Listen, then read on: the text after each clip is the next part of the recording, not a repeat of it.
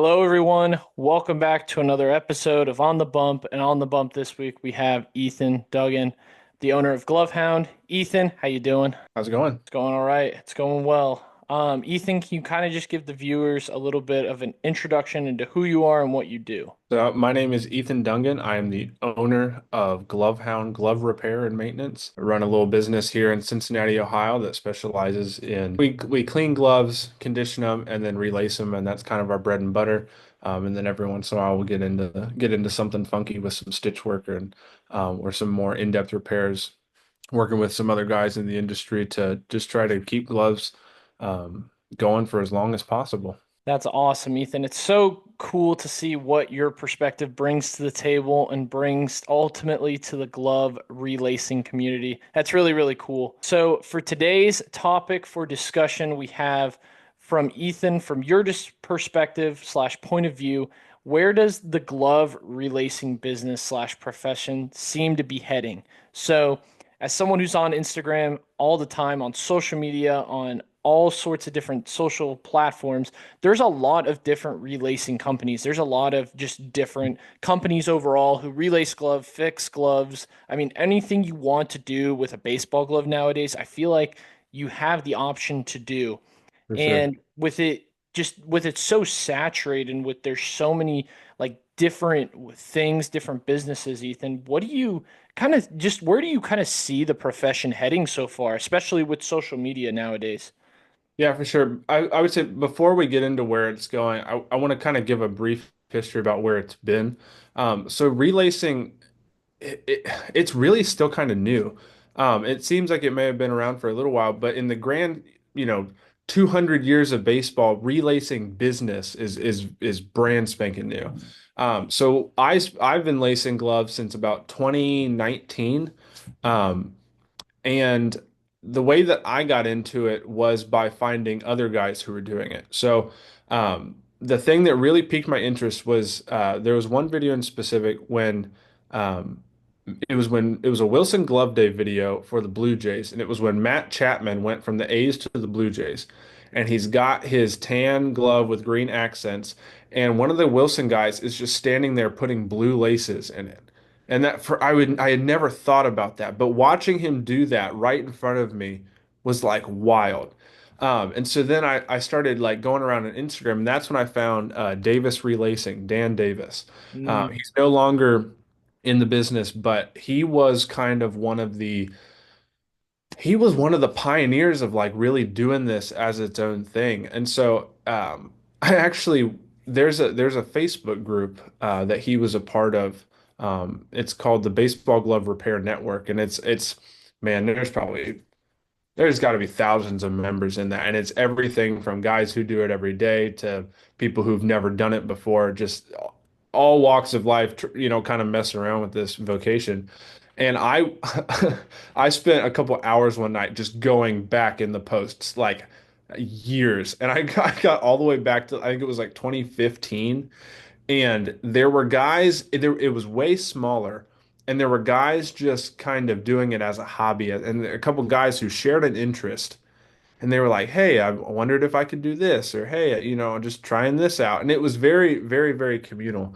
And then what I started to notice was people were posting in there looking for somebody to relace, and so there were guys in that group picking up business, which was weird, and they weren't necessarily looking for it. And then that just snowballed and snowballed and snowballed. And I actually got to meet Dan in person. I think it was last year, a year before. And he's a full-time teacher down in Georgia. And he told me he did over 500 gloves in one year, which is insane. I mean, the man I mean, just the amount of leather that passed through his hands, in the time that he was doing it is absolutely insane. So, but he's a guy who was kind of at the beginning, so before relacers were a thing, you would take it to maybe a shoe repair shop, and sometimes those guys could do it. Maybe you had the old guy at the ballpark that kind of that knew more what he was doing than you did, basically, or your dad. A lot of times I see repairs come in and I can tell what the dad does for a living, if there's leather in it or zip ties or wire or rope, so it's like repair has just morphed it, and it's always been there but never been real, and it's just kind of, but now it's really solidified and kind of coagulated into the industry that it is now. um so now, what I've seen in the short time is kind of guys really starting to take it seriously, um because it's a very niche thing, and it takes a lot to be able to turn it into a business. And I'm very fortunate.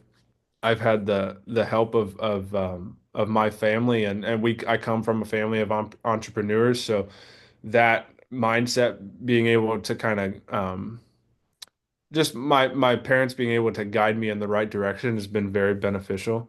Um, but it's just continuing to morph. And man, I just where I see it going is, it seems like the bigger companies are starting to try to get a piece of it, right? So like when I was doing it, like there were a couple guys, you almost always one man operations, and it was just how many gloves could that guy get in, how much could he do, how much social media could he put out, and now I see the bigger retailers trying to dip into it, and I think the biggest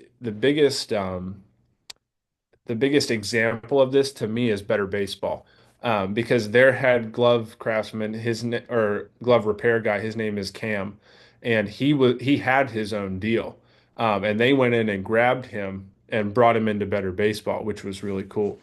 That was the first time that somebody had really kind of recognized for that kind of thing. And then you also see a guy like Marcus Garul.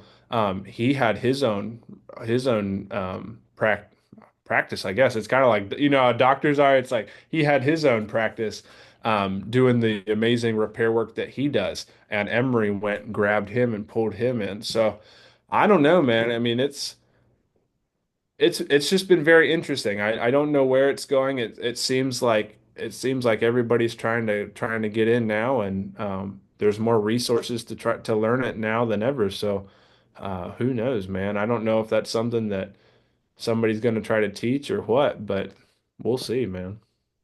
Man, Ethan, there's a lot to unpack there with what you just said. What you just said just kind of brought back all of these memories to me. So when you were talking about Dan, I Yeah, actually had a glove relaced and done some work to by Dan a really? couple years ago. Yeah, Okay.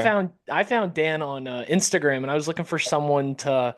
I had this old like Rawlings. I didn't really know that much about gloves at the time, and it was like a 12 and like a quarter Rawlings, like old like Encore series glove. I mean, Yeah, yeah, yeah. this glove was probably never made to be used in college, and I was like, I really love this, but it has like an H web on it and it's all like white and black. But I need a pitcher's model glove because I'm just getting into pitching.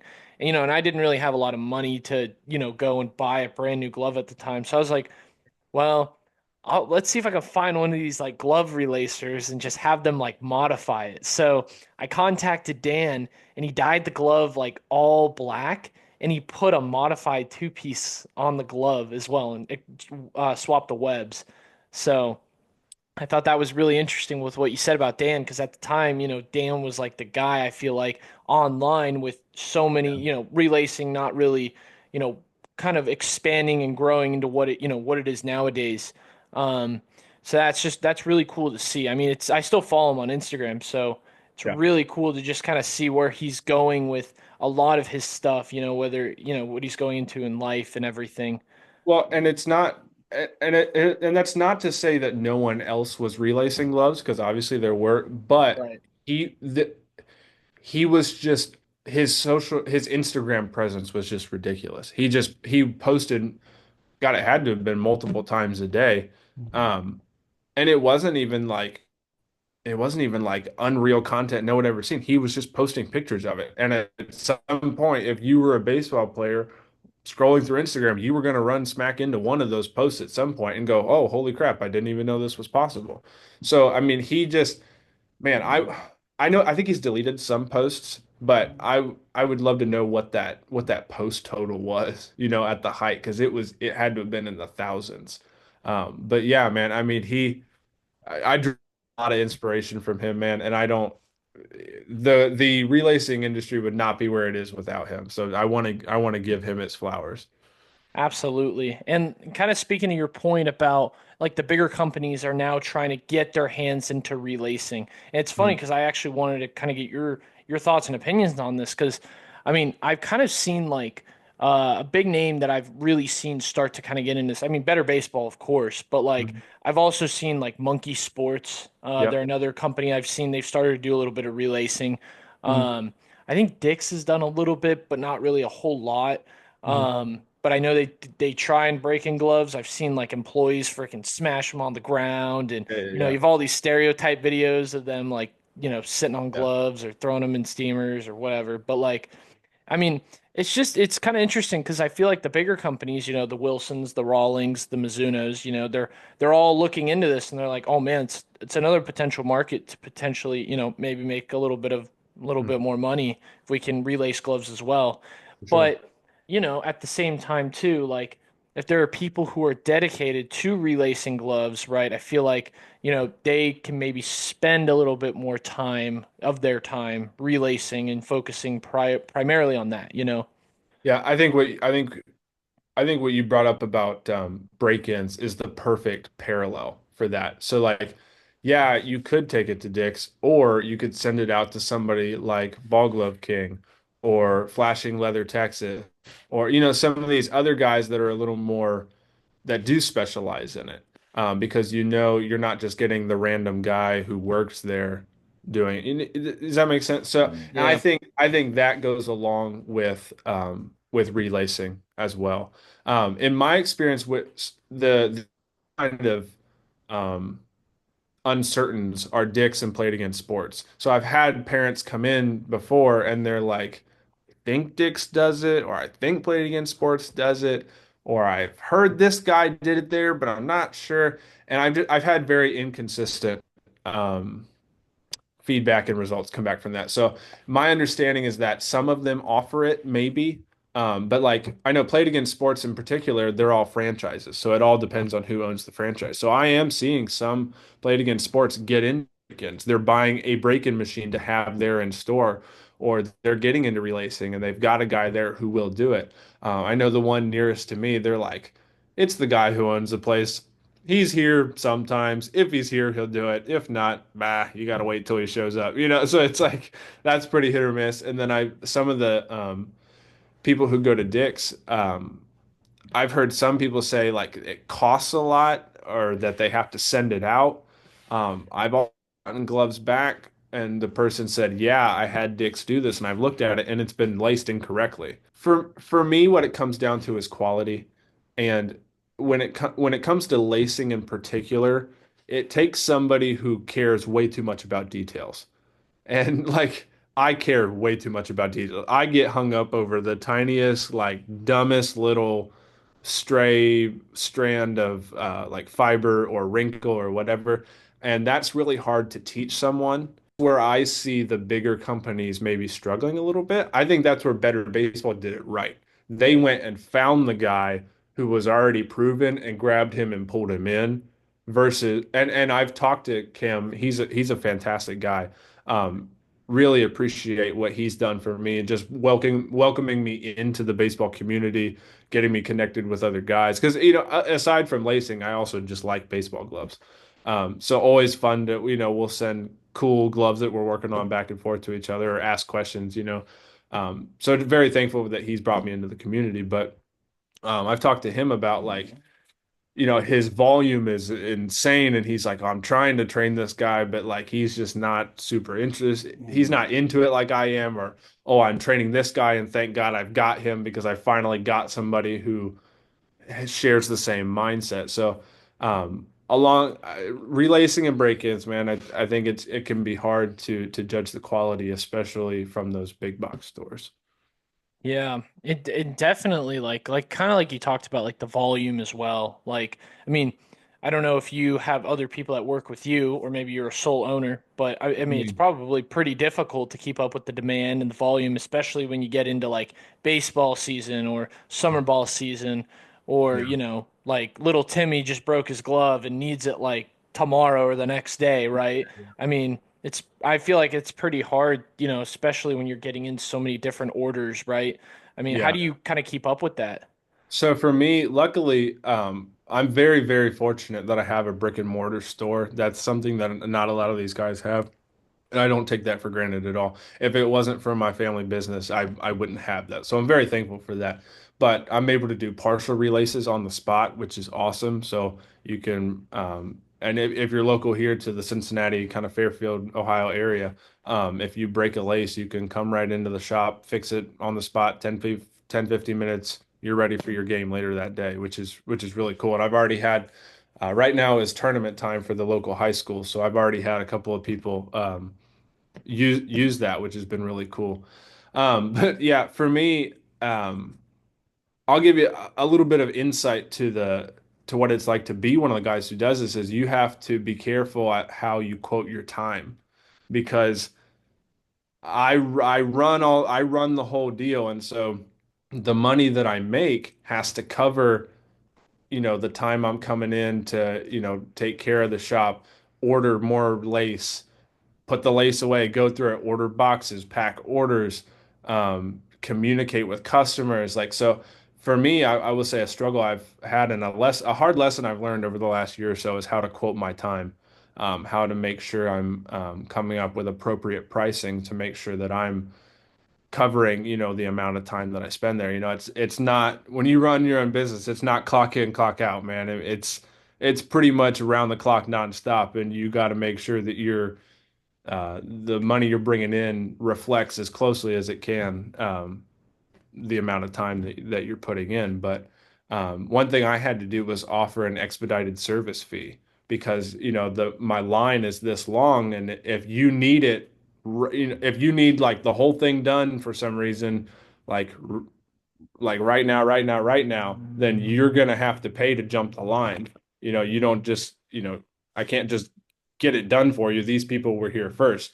And surprisingly, a lot of people have taken advantage of that. A lot of people, don't mind to pay a little extra. So where that becomes an issue is when too many people want to pay extra to get it done in time. And then it's like, oh crap, do I have an expedited for the expedite? No, um, but yeah, and the other thing is there is no there's no regulation for this. This is all one guy gets whoever he can to pay whatever they are willing to do whatever he says he's going to do, right? So it's not um you can kind of go based on what other guys are charging and kind of keep the same, basic line, but it's the wild, wild west, man. It's kind of whatever people are willing to pay and whatever's reasonable. So it's um it's a challenge, but you just do the best you can to get them in and out as quick as possible, but make sure that you're taking the time. And I'm the kind of person that like I would rather you wait an extra day or two to make sure it's done right than to rush it out the door just to get it out the door. I can't run like that. And I've done gloves where like I know what I'm doing and I do it and I look at it and I go, that's not perfect. And I'm gonna undo it and redo it until it looks, because like when you buy a glove off the shelf, you're buying the whole glove, right? So you're not as concerned about the little details maybe. When you're a guy who specializes in laces, those laces better look as perfect as possible because like that's what you do. It'd be like it's like when you go to a oh, I don't know. I want to say like a coffee shop, then that coffee better be great. The little muffin you buy, who cares, right? Like the one down the road from me, everybody loves going there. The muffins are great. They're like microwave muffins, like that's not the point. The point is the coffee, right? So it's like I'm the lace guy. My laces better be great. And so that's why I offer a 1 year guarantee on all my laces because it's like I'm gonna stand behind it. So if you break a lace within a year, I'll fix it for free, no questions asked, because the laces really should last closer to 2 years. But I'll guarantee it no matter what for at least 1 year because I've had customers buy a brand new glove and the lace breaks within a couple weeks, which it that doesn't happen all the time, but it happens sometimes. And like there's no excuse for that. So um I don't know. That's a very in-depth explanation, but that's kind of where I'm at on it. So, what do you think differentiates, let's say, your business versus someone else? Like, why should someone choose Glovehound over some other service? Well, for number one, you'll notice on my website you can't buy glove relacing as a product, right? So my customer journey looks a little bit different, and that's intentional. I want to communicate with every one of my customers. So if you go to my website, there's a button at the top that says Get Started, and you have to send me. Basically, you fill out a form on my website, and it sends me an email and it has your name, your phone number, your email, and a message, and then pictures of your glove. And what I do is I call that person and I want to talk to them about what's going on because every glove is so different that my worst nightmare is that a glove just shows up and I have no idea what to do because somebody just sent it to me and like it's a and everybody has a different goal, and so like there are some times that a guy brings me his old glove that he grew up with, and there's a hole in the palm. And I tell him what it would cost to fix it. And he's like, I don't really want to pay that. He's like, I just want the laces, just want it usable. And I'm like, I don't care, man. I just want to help you get where you want. You know what I mean? And then sometimes I get that same customer who brings me the childhood glove and it's in bad shape. I work with Casey Mack from Casey Mack Provisions to do my hand star rebuild. So I'll send the gloves out to him and he'll send them back. And they're like, hey man, whatever it costs, like I just want it to look brand new. And I'm like, great, then we're gonna work with Casey and get this thing looking brand spanking new. And so every customer is after something a little bit different. And so my goal is to just help them achieve that. So that's the big thing. I love the history and romance of baseball and baseball gloves in particular. So I want to even it's a little bit selfish. Like if I see a cool glove, I want to know the story. Like for my own like just me being me, I'm just curious. Um but I want to reach out to you. I want you to be sure about what's going on. I don't want you to be, weirded out or freaked out sending a glove off. I want you to be um, sure of mind, through the whole process. So there's that. And then also, I'll do any glove. I don't have any. I know there are some guys out there that kind of lean towards the modern gloves. They don't do some of the vintage stuff. I'll do it, man. And if it's something, part of the fun is how different gloves are, man. I've been doing this for 6 years and I still get gloves I've never seen, but I get brands I've never heard of.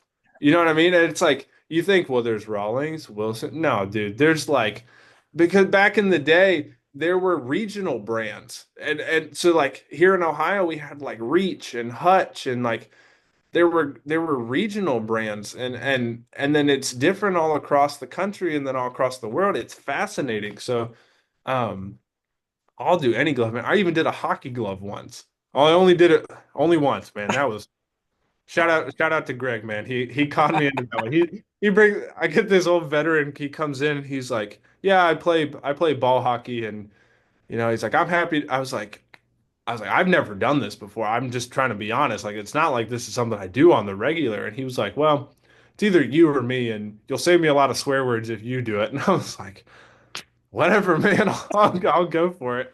And that was an educational experience, let me tell you. It turned out good, but um, I just wanted to help the guy, man. I'm in this to serve my customers, man. That's my ultimate goal. So I'm very, very customer focused, customer driven, and that on top of I am fortunate enough to, like I said, I have a brick and mortar store. So for the local people, they can come in and meet me and talk to me and get advice and that kind of thing. And I don't offer break-ins currently, but people when local people call me, I'm like, hey, if you want to come in, I'll give you some tips, help you get started, and that kind of thing. So um, yeah, if I had to sum it up, I would say customer focus, man. I'm here to serve the customers, help them get exactly where they want to be, and that's what I'm here for. So are we opening up the business for hockey players now too? Yeah. No, no. I wish we could, man, but holy crap, it's its own world.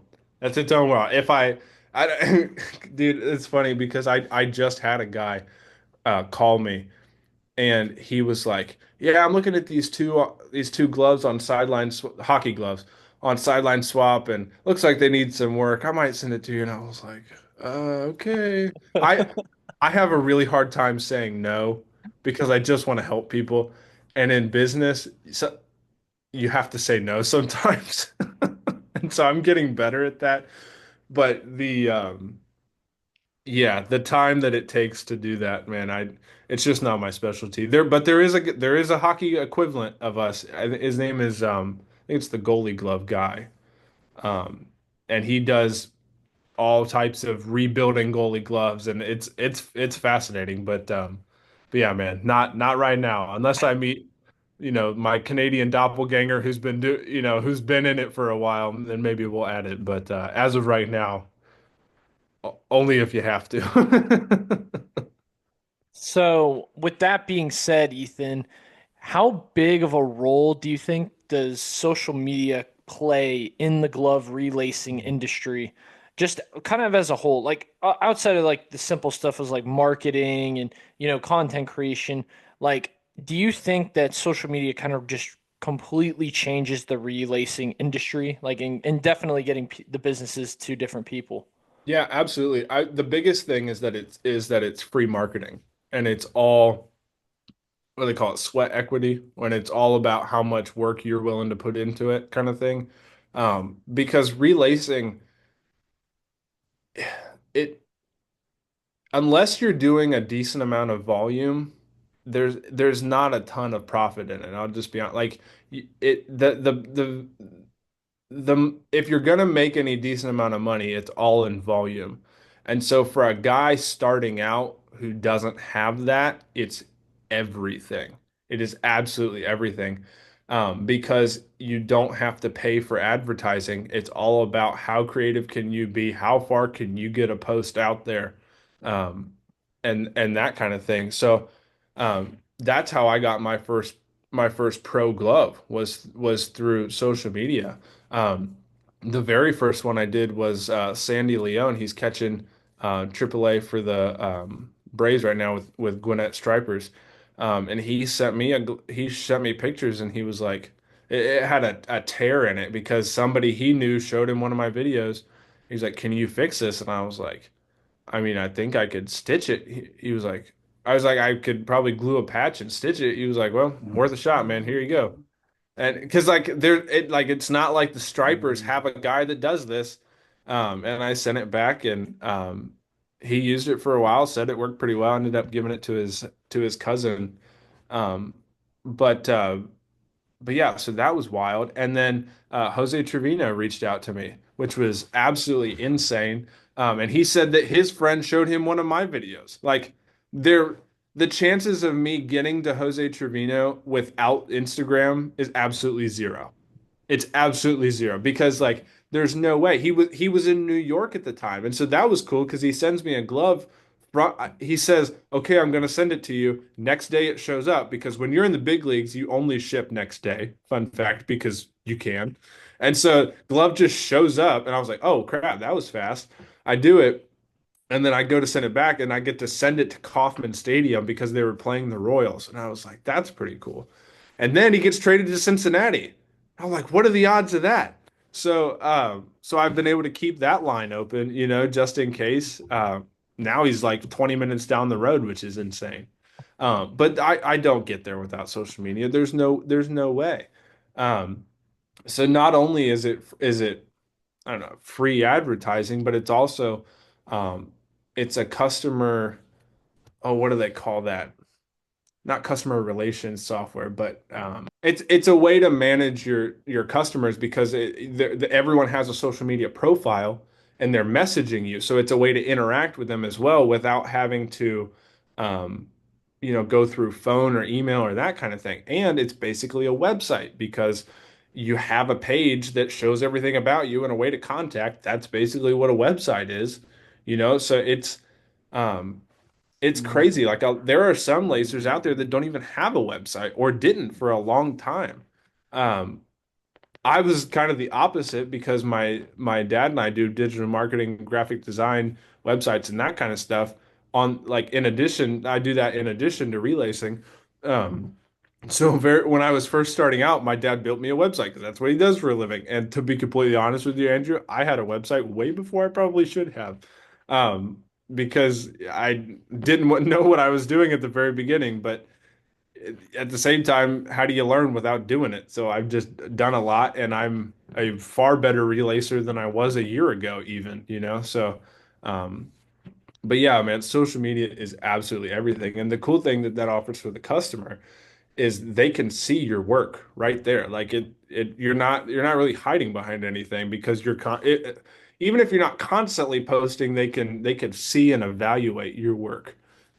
So yeah, dude, I mean it is absolutely everything, especially for somebody just starting out. Yeah, I definitely think without, social media is a complete game changer. I feel like with many different industries, social media really like enhances their Yeah. presence and gets it out to so many different types of people. And Hmm. so I definitely think it's done a lot of really good things for the baseball industry. And at the same time too, it's, done some things that aren't so great. But I feel like a majority of the things that I've seen have been really good. And it's also put together a lot of really good communities, like the baseball Yes. glove Yes. community, especially the glove relacing community. There's a lot of great people, but like it's brought all these people together that just love baseball and just have a passion for what they're doing. And that's really really cool to see, Yeah. especially One of from my a social media and influencer position. Yeah, one of my favorite things that this has done for me is one of my friends. I met a guy named Fernando. He lives in Mexico City, and he runs a relacing outfit down there called Sparrow Relacing.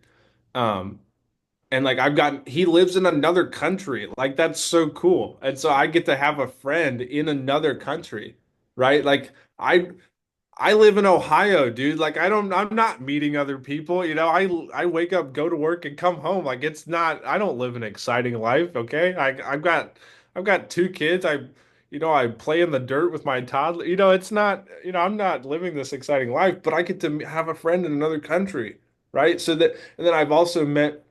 I'm sure you're familiar with Anaba and INB and a guy in Japan who makes these amazing gloves reaches out to me to try to, get something going. And I know a guy who makes baseball gloves all on his own. Like that, and he lives in Japan on the other side of the world. Like that's so cool. So I've gotten to talk to him, ask him as many questions as I care to ask about actually making the gloves that I'm working on and get his perspective from another country. So it's just really cool. I've met people from all over the world. I've met, people, I've done business in Canada. I've had people reach out from Germany and France. And I had a customer in Australia ship me a glove last year. That was insane. So like none of this stuff is happening, without social media. So there's been that aspect. Um, Heck, and I mean, yeah.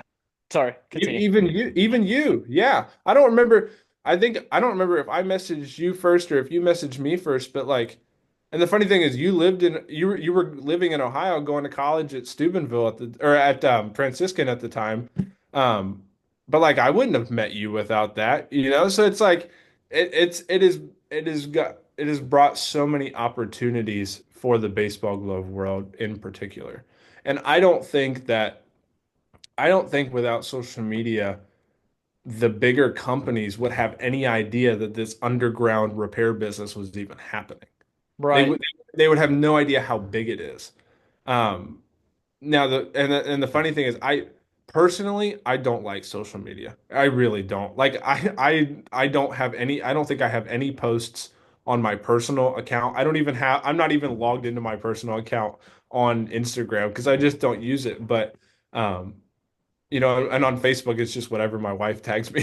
So it's like, but for my business, it's everything, man. And I haven't been able to be as active as I'd like to be because the whole point was to draw in business. Well, I drew in business, and now I don't have time to post anymore. But I also don't want to look.